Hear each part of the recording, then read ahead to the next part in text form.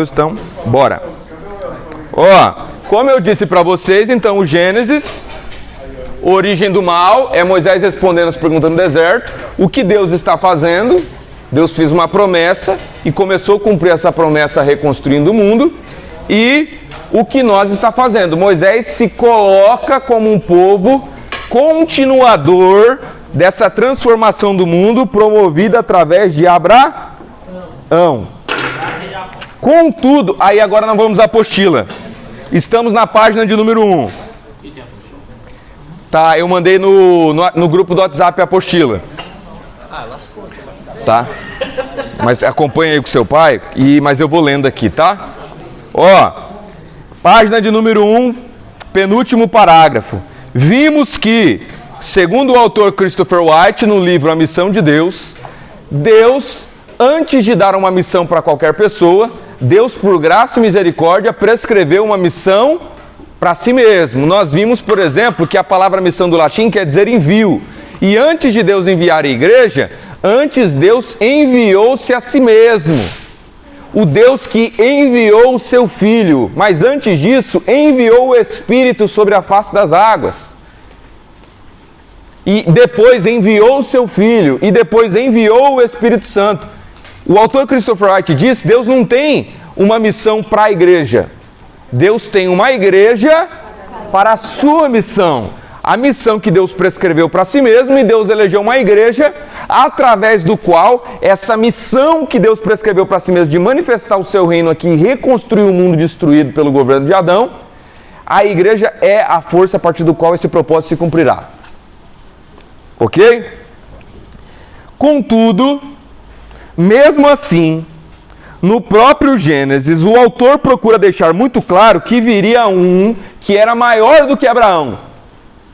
Enquanto muitos poderiam pensar, Abraão é aquele que esmagará a cabeça da serpente, ou Abraão foi aquele que esmagou a cabeça da serpente. Um judeu poderia, talvez, olhar assim, naquela época. Nosso pai Abraão está aí, aquele que esmaga a cabeça da serpente. Ou alguém poderia dizer que José foi aquele que cresceu tanto e matou a fome daquela geração. Ele esmagou a cabeça da serpente? Vamos lá. O autor, diante disso, procura deixar explícito e claro, não é nenhum desses. Veremos como isso também se repete em todo o Pentateuco, desde Gênesis até Deuteronômio. Qualquer um que pareça ser o Messias, o autor faz questão de mostrar, ainda não é este. Jacó afirma, ele ainda virá. Abram a Bíblia, na verdade não precisa abrir a Bíblia porque está na apostila. Página 2 da apostila, Gênesis 49, 1. Jacó está velhinho, está morrendo. E Deus usa o Jacó numa oração profética, é profecia isso aqui.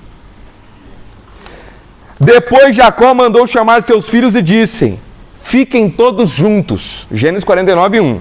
E eu direi a vocês o que há de acontecer no futuro. Algumas versões colocam o que há de acontecer nos últimos dias. Agora ele começa a dizer o que vai acontecer com cada tribo, com cada filho. Quando chega na tribo de Judá, olham o que diz o verso número 8, Gênesis 49, 8. Judá, os seus irmãos o louvarão, Judá. A sua mão destruirá os seus inimigos. Os filhos de seu pai se inclinarão diante de você. Judá é um leãozinho. Meu filho, você pegou sua presa e depois subiu vitorioso. Inclina-se e deita-se como o leão e como a leoa. Será que alguém tem coragem de despertá-lo? Ninguém, escute aqui, ninguém tirará o cetro dele até que venha. O que está escrito na sua Bíblia? Não, estou acompanhando você. Ah, você está acompanhando eu. Agora abram na Bíblia de vocês como... Pera aí, Luiz, eu acho que você colocou uma tradução errada. Abram na Bíblia de vocês Gênesis 49, 8. Ou melhor, Gênesis 49, 10. Leiam para mim quem achou, por favor. Leia bem alto. O cetro não se arredará de Judá, nem o legislador dentre os seus pés, até que venha Siló. Ué, pera aí, Luiz. Na Bíblia está falando Siló. Por que aqui na sua apostila você colocou ninguém tirará o cetro dele até que venha aquele a quem ele pertence? e os povos lhe obedecerão. Ué, tá errado. Luiz, você colocou a Bíblia errada aqui, hein? Eu coloquei a versão da Bíblia que está aí. Já vou explicar para vocês o que isso significa, tá? Já vou explicar para vocês. Na verdade, vou explicar agora. Mas eu vou ler para vocês aqui depois o autor. A palavra Siló significa aquele a quem lhe é de direito. Aquele a quem pertence. Então, Jacó está dizendo o seguinte: ninguém tirará o cetro de Judá, ele reinará até que venha aquele a quem esse cetro, esse governo pertence. Ele virá, ou seja, Jacó dizendo que ainda não veio. Então não era José, não era Isaac, não era Jacó, não era Abraão e não era Noé. Os povos lhe obedecerão, verso 11. Ele amarrará o seu jumentinho a uma videira, na melhor videira que encontrar. Levará suas roupas no vinho e a sua capa, lavará suas roupas no vinho e a sua capa no sangue das uvas. Seus olhos serão mais escuros que o vinho, seus dentes branqueados como a neve. Versão que eu estou usando aqui, Nova Bíblia Viva. Luiz, por que você está usando essa versão? Porque como o Antigo Testamento tem uns textos bem complicados, eu preferi pegar essa lição que tem uma linguagem bem mais fácil e mais simples. Agora nós vamos analisar os ditos proféticos de Jacó sobre Judá. Dito número 1, página de número 2. Judá, os seus irmãos o louvarão, a sua mão destruirá seus inimigos. 2, os filhos de seu pai se inclinarão diante de você. 3, Judá é um leãozinho, meu filho, você pegou sua presa e depois subiu vitorioso. 4, ninguém tirará o cetro dele. O que é cetro, pessoal? Reinado, governo. Ninguém tirará. Até que venha aquele a quem esse cetro pertence, e os povos obedecerão este que virá. 5, ele amarrará o seu jumentinho a uma videira, na melhor videira que encontrar. Lavará suas roupas no vinho e sua capa no sangue das uvas. Seus olhos serão mais escuros que o vinho, seus dentes mais brancos do que a noite. Nós vamos analisar essas 5 profecias à luz do autor. Eu não vou escrever no quadro, pessoal, porque está aí na apostila. Na última frase aqui, quase na última frase aqui em cima da página de número 3, está o nome de um dos principais autores que nós vamos usar hoje para analisar o Pentateuco, que é John Seymour. Sei lá como é, eu não sei falar muito bem inglês. John Seymour, tá? Então, se quiser facilitar, fala John Salmer. Eu não sei falar também. Olha a análise que ele faz. E esse livro, pessoal, estou trazendo coisa para vocês, hein? Esse livro não existe em português, tá? Então tá uma tradução aqui. Espetacular esse livro. Ao contrário das imagens que o Jacó usa para os outros filhos, página de número 2 estamos. As palavras de Jacó a respeito de Judá são bastante transparentes. Embora sejam, é claro, compostas de imagens poéticas, Judá é descrito como um guerreiro vitorioso, que retorna para a casa da batalha e é saudado pelos gritos de louvor de seus irmãos. O paralelismo do verso 8, pela declaração, os filhos de teu pai se prostrarão diante de ti. É difícil não ver nessa declaração uma alusão intencional ao sonho de José. Que o José teve um sonho que os seus filhos, os seus irmãos, os filhos do pai dele, se prostravam, no qual os filhos do pai se prostravam diante dele. Em outras palavras, Jacó estava dizendo que o que aconteceria ou aconteceu a José e aconteceu no decorrer da narrativa foi retomado por meio desta imagem transferida para um outro caso. O que é isso aqui? O José, ele sofreu e depois subiu vitorioso. E se prostraram diante dele todos os seus irmãos. O Jacó está dizendo, o que aconteceu com José, vai acontecer com aquele que virá. É como se ele fosse descer, e ele desceu às partes mais baixas da terra, morreu, morte de cruz, perseguido, torturado, mas ele subiu vitorioso, com cetro nas mãos, como leão que volta da sua presa e que agora ninguém tem coragem de perturbá-lo. A imagem do guerreiro vitorioso é ampliada com a imagem de Judá como um jovem leão, forte. Algumas traduções colocam leãozinho não no sentido de ser fraco, mas no sentido de ser um leão jovem, ou seja, está na plena força. O jovem leão é retratado dormindo, descansando. em sua cova após devorar e vencer sua presa. A pergunta no final do verso 9 fala por si: quem ousa despertá-lo? O versículo 10 completa o quadro com uma descrição do jovem guerreiro como um rei. Ele é quem segura o cetro e o bastão do governante. Estamos na página 3. O ponto principal das palavras de Jacó é que Judá manterá tal status entre as tribos de Israel até que venha aquele a quem verdadeiramente pertence o rei. Aqueles que reinam na casa de Judá o farão em antecipação em relação àquele que se cumprirá completamente, totalmente. Aí agora vamos no Siló. A palavra Siló, encontrada em algumas versões em inglês, é simplesmente uma forma traduzida da expressão hebraica que significa aquele a quem pertence. Por isso não podemos entender essa palavra Siló como aquela cidade onde estava o tabernáculo. Voltamos um pouco mais para baixo aqui, ó. Promessa de Deus a Jacó: farei de ti uma comunidade de povos. De qualquer forma, os escritores bíblicos posteriores foram aparentemente guiados por textos como este, ao formular a sua visão do reinado universal do futuro rei que viria. Salmos 2:8, pede-me e eu te darei as nações por herança. Daniel 7:13 e 14, apareceu diante de mim um semelhante ao Filho do Homem, foi-lhe dada autoridade, glória e soberania, todos os povos, nações, homens, todas as línguas o adorarão. Apocalipse 5, versos 5 e 9, eis que o leão, o que é? Olha só, pessoal, o que na primeira profecia do Jacó, do Messias, fala que ele é um leão da tribo de Judá. Aí o que o Apocalipse fala? Eis que o leão da tribo de Judá, a raiz de Davi, ele é aquele que Jacó profetizou. Digno és, etc, etc. Em seus dias, agora vamos abaixo um pouquinho aqui na página. Em seus dias haverá novamente abundância para todos. O que isso significa? Essa ideia de plenitude é expressa quando ele diz que vai pegar o jumentinho e ele diz que a videira lotada de frutos, ou seja, vai ter tanta abundância no governo, no reinado deste rei, uma vida em abundância, que o jumentinho, que é a videira mais, vai ser usado para amarrar jumento. Essa é a expressão. Seus olhos são mais escuros que o vinho e seus dentes mais brancos que o leite. Ele é uma imagem de força e poder. Os escritores bíblicos posteriores se basearam fortemente nas imagens deste texto para falar sobre o Messias que viria. Isaías 63, 1 ao 6, prevê a vinda de um grande rei conquistador, cujas roupas são como as de alguém que pisou nos lagares, vinho.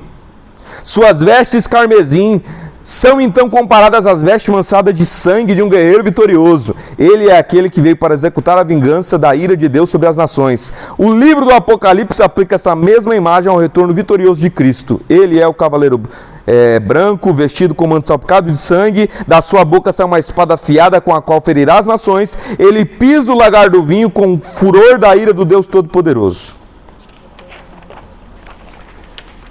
Então, o Gênesis conclui praticamente com essa profecia de Jacó, que é o quê?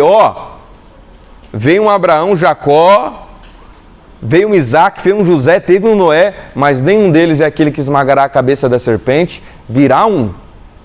E aí esse autor que nós vimos, o John Seymour, diz que a partir disso, toda a história bíblica agora não é só história. Toda a história bíblica agora é história comentário. Como assim? Porque a partir do Pentateuco e de toda essa teologia que desenvolve, começando no Gênesis, os escritores e os profetas, eles não estão simplesmente trazendo uma mensagem. Os profetas são excelentes teólogos, que eles, vendo a lei, vendo essas profecias, eles começam a comentar, cara, isso aqui está contra a lei. E constantemente os profetas estão fazendo memória ao que é citado no Antigo Testamento. Ou melhor, ao que é citado no Pentateuco. Quando você vai pegar Reis e Samuel, por exemplo, o John Seymour vai afirmar, isso não é só história contada, isso é história comentada. Aquilo é um comentário teológico. é o autor do Reis olhando para o rei, narrando o rei, e a gente está pensando que eles estão só contando uma história, mas eles estão fazendo um comentário teológico à luz do Pentateuco. O Pentateuco se torna a análise padrão para analisar teologicamente toda a história. Pergunta sobre isso ou podemos continuar? Todos os erros como acertos, sempre à luz do Pentateuco. Assim o Gênesis afirma que o que Deus estava fazendo para reconstruir o mundo e conclui, virá aquele que reinará. Página de número 4. E, segundo esse autor, ponto principal também no Gênesis é graça e fé. Gênesis 6:8. A gente sempre acha, né, que a graça começou só no Novo Testamento e que antes era a salvação pela lei, depois que é a salvação pela fé, né? O autor diz que não. Desde o Gênesis é graça e fé. Gênesis 6:8. Porém Noé achou graça diante do Senhor. Gênesis 15:6. Abraão creu no Senhor e Deus considerou Abraão justo por causa da sua fé. A sua versão pode estar assim: e Abraão creu no Senhor e isso lhe foi imputado como justiça. Aí, sabe quem vai comentar isso aí? Os autores do Novo Testamento, pessoal, eles são comentaristas do Pentateuco. Se vocês lerem Gálatas, Gálatas é comentário do Pentateuco. Se você lê Hebreus, é comentário do Pentateuco. Se você lê Romanos, é comentário teológico do Pentateuco. Eles estão pegando trechos do Pentateuco, comentando e explicando à luz do Cristo. E vai chegar a aula que nós vamos estudar detalhadamente Hebreus e Gálatas. Mas olha o que diz. Olha o que diz Hebreus. Postila, página de número 4. Quem tem uma voz bem forte aí? Pastor Osmar, leia aí Hebreus do 11, está na página de número 4. Hebreus, capítulo número 11, verso de 8 ao 13. Hebreus, capítulo de número 11, verso de número 8 ao 13. Pessoal, quando você estiver falando, se eu chegar muito perto, teve um aluno que pensou que eu chegava perto para ele parar de falar. Não é para a voz de vocês pegar no microfone. Não, Hebreus 11, do 8 ao 13. Do 8 ao 13. Olha só isso aqui. Isso aqui não é comentário teológico do Antigo Testamento. Pela fé, só um pouquinho. O que ele está argumentando é que a aliança de Deus pela fé sempre foi. Nunca foi salvação pela lei e pelas obras. Sempre foi pela fé. Isso é comentário do Antigo Testamento. Vai, Hebreus. Abraão, sendo chamado, obedeceu, indo para um lugar que havia de receber por herança. Hebreus, começa de novo, por favor, o verso de número 8. 8. Pela fé. Fé. Abraão, sendo chamado, obedeceu, indo para um lugar que havia de receber por herança, e saiu sem saber para onde ia. Pela fé. Na terra da promessa, como em terra alheia, morando em cabanas com Isaque e Jacó, herdeiros com ele da mesma promessa, porque esperava a cidade que tem fundamentos, da qual o artífice e construtor é Deus. Pela fé, também a mesma Sara recebeu a virtude de conceber e deu à luz já fora da idade, porquanto teve por fiel aquele que lhe tinha prometido, pelo que também de um e esse já amortecido descenderam tantos em multidão como as estrelas do céu e como a areia inumerável que está na praia do mar. Todos estes morreram na fé sem terem recebido as promessas. Tá bom, mas vendo tá bom, de longe crendo nelas. Tá bom. Algumas traduções colocam todos esses viveram pela fé e morreram. Tá? Aí está dizendo que Abraão viveu e morreu pela fé. Aí o que diz Paulo sobre nós? O justo viverá pela fé. Esse viverá está falando o justo terá vida em si, através da fé. Sai da morte para a vida pela fé. Efésios diz assim, porque a graça de Deus, porque pela graça sois salvos, isso não vem de vós, pela graça sois salvos mediante a fé. Romanos 4, verso de número 1, verso de número 3. Podem ler ou alguém que está na apostila, ou alguém que abriu a Bíblia. Romanos 1, verso de número 1 ao 3. Leiam bem alto. Romanos 4, exato. Verso de número 1 ao 3. Alguém lê bem alto. Quem que vai ler? Vou chegar perto aí, Selma. Portanto, pediremos sobre nosso pai humano Abraão, se de fato Abraão foi justificado pelas obras, ele tem do que se orgulhar, mas não diante de Deus. Entretanto, o que diz a Escritura? Abraão creu em Deus e isso lhe foi creditado como justiça. agora o verso 9. Pode ler. Essa imensa felicidade é destinada apenas aos que fizeram a circuncisão, ou é também oferecida aos incircuncisos? Pois já afirmamos que, no caso de Abraão, a fé lhe foi creditada como justiça. O que ele está dizendo aqui? Se Abraão foi salvo pelas obras, você está achando aí que a salvação é pelas obras?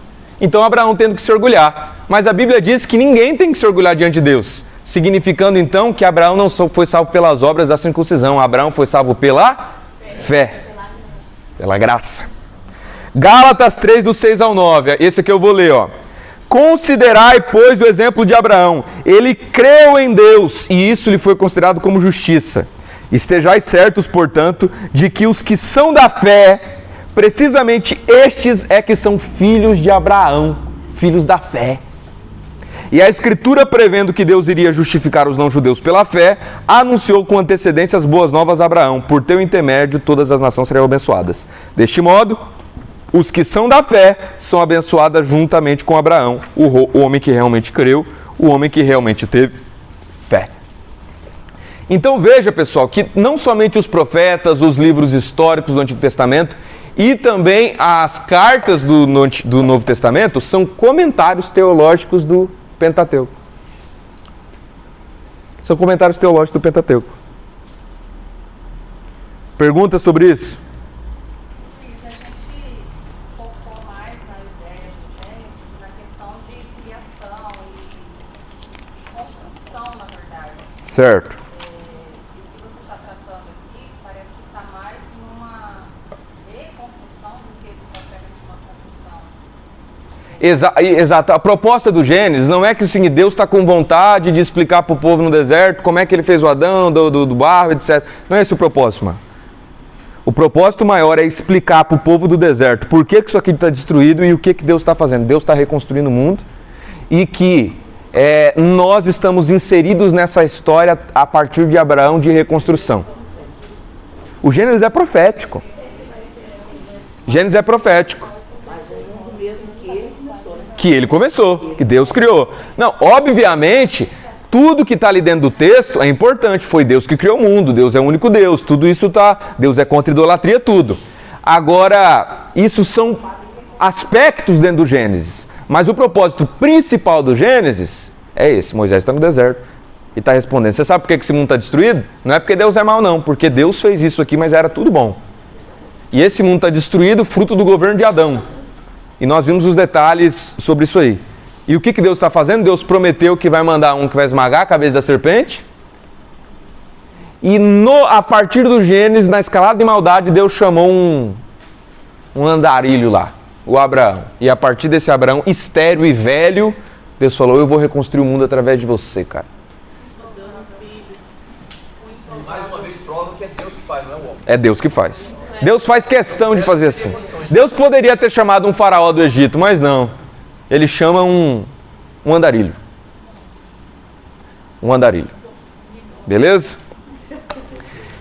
Lembre-se que eu falei para vocês que a grande mudança de Antigo para Novo Testamento é hermenêutico, porque quando Paulo chega numa sinagoga para pregar e evangelizar, Paulo não usa o Evangelho de Mateus para pregar. Nem tinha Evangelho de Mateus ainda quando Paulo começa a pregar. Paulo pega o Antigo Testamento para pregar. Paulo pega o Pentateuco e prega para o povo usando o Pentateuco, é comentário. As cartas são pregações do Pentateuco. Para você ter noção, a carta do Hebreus é uma pregação do Levítico.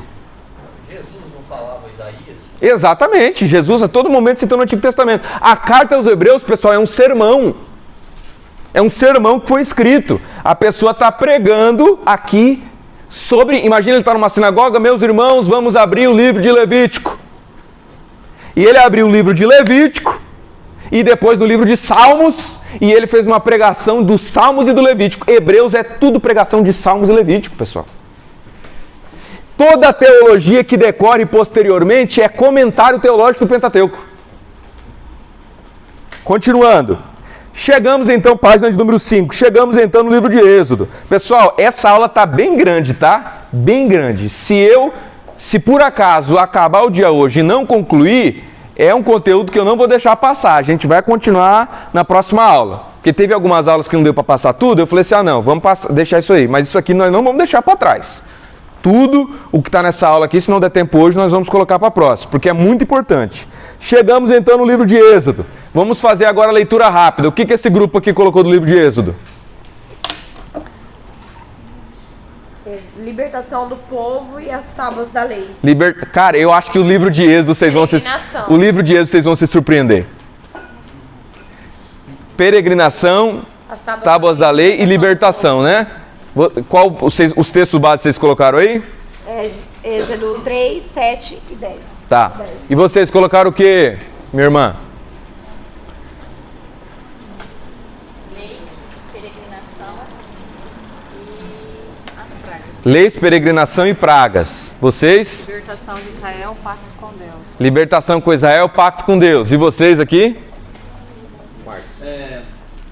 Libertação do povo e o desejo de Deus de ter um relacionamento com o povo. Muito bom. Libertação, relacionamento com o povo, etc. Pessoal, vamos lá. Tudo que vocês falaram, vocês estão certos. Tudo isso está dentro da história do Êxodo. A pergunta é, por que o autor está escrevendo essa história?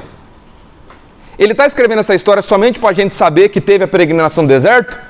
Não, existe um porquê ele quer nos contar da peregrinação. Então todo esse corpo do texto tem uma essência, é como se fosse o seguinte. Imagina que nós temos os 5 livros e tem centenas de histórias nisso aqui. Mas dentro disso daqui existe uma linha essencial que perpassa tudo isso daqui até concluir aqui, no Deuteronômio. Existe como é que eu poderia dizer, um centro que tem uma continuidade, uma escadinha. A compilação desses 5 livros foram totalmente intencionais. Por exemplo, por que o Êxodo e o Números às vezes contam as mesmas histórias? Mas os ângulos são diferentes por uma razão teológica que ele está querendo passar dentro dessa construção. E nós vamos ver isso aqui hoje. E o Êxodo, o que diz esse autor? Ele busca explicar isso aqui. Olha isso aqui. Pode ser que vocês vão falar, nada a ver, Luiz, mas nós vamos explicar, tá? Olha o que ele diz. Propósito número 1, que é um propósito histórico, obviamente, é contar do Deus da libertação. O Deus que está do lado dos escravos. Isso tem como revelar como Deus é diferente dos egípcios.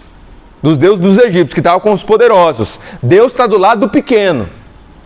Deus está do lado do fraco. Deus está lutando a favor dos escravos.